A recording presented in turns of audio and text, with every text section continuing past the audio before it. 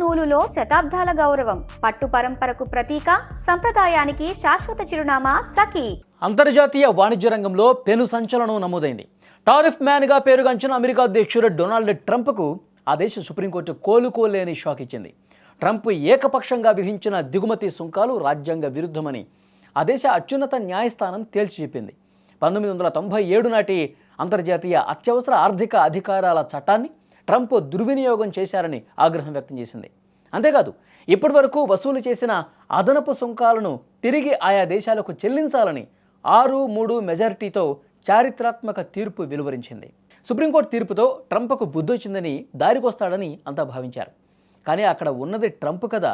తన బుద్ధిని, అహంకారాన్ని మరోసారి చూపెట్టాడు. ప్లాన్ బితో సిద్ధమయ్యాడు. కోర్టు నిర్ణయం తనను తీవ్రంగా నిరాశపరిచిందని, కొంతమంది న్యాయమూర్తులు విదేశీయ ప్రయోజనాలకు లొంగిపోయారని సంచలన ఆరోపణలు కూడా చేశారు. తీర్పు వెలువడిన కొద్దిసేపటికే 1974 వాణిజ్య చట్టంలోని సెక్షన్ 122 కింద ప్రపంచ దేశాలపై మరో 10% అదనపు సుంకం విధిస్తున్నట్లు సోషల్ మీడియా వేదికగా ప్రకటించి ప్రపంచ దేశాలను మరోసారి ఉలిక్కిపడేలా చేశారు. ముఖ్యంగా భారత్ విషయంలో ట్రంప్ చేసిన వ్యాఖ్యలు ఇప్పుడు హాట్ టాపిక్గా మారాయి. భారత ప్రధాని మోదీని గ్రేట్ జెంటిల్మెన్ అని సంబోధిస్తూనే ఆయన తన ప్రత్యర్థుల కంటే చాలా తెలివైన వారని ట్రంప్ వ్యాఖ్యానించారు. భారత్ మనల్ని వాణిజ్యంలో ఇబ్బంది పెడుతోంది, అందుకే మనం ఒప్పందం చేసుకున్నాం, ఇప్పుడు వారు సుంకాలు చెల్లించాల్సిందే అని స్పష్టం చేశారు. సుప్రీంకోర్టు తీర్పు ఇచ్చినప్పటికీ భారత్తో ఉన్న ట్రేడ్ డీల్లో ఎలాంటి మార్పు ఉండదని, ఇండియా సుంకాలు చెల్లిస్తూనే ఉంటుందని ఆయన కుండబద్దలు కొట్టినట్టు చెప్పారు.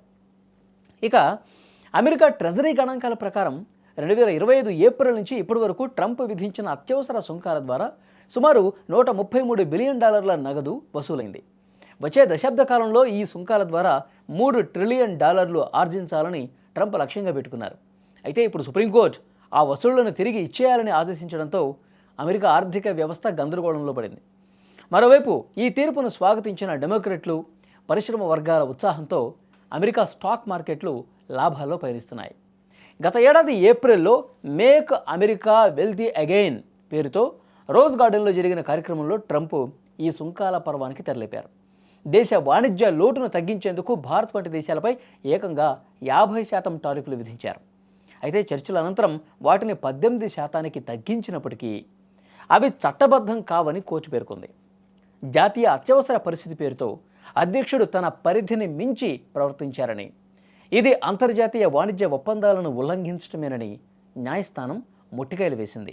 ఇక ప్రస్తుతం ట్రంప్ సంతకం చేయబోయే కొత్త ఎగ్జిక్యూటివ్ ఆర్డర్ ప్రపంచ దేశాల మధ్య సరికొత్త వాణిజ్య యుద్ధానికి దారితీసేలా కనిపిస్తోంది. నాకు అత్యంత ఇష్టమైన పదం టారిఫ్ అని గర్వంగా చెప్పుకునే ట్రంప్ కోర్టు తీర్పును ధిక్కరిస్తూ ప్రత్యామ్నాయ మార్గాల ద్వారా డబ్బు వసూలు చేస్తానని హెచ్చరిస్తున్నారు.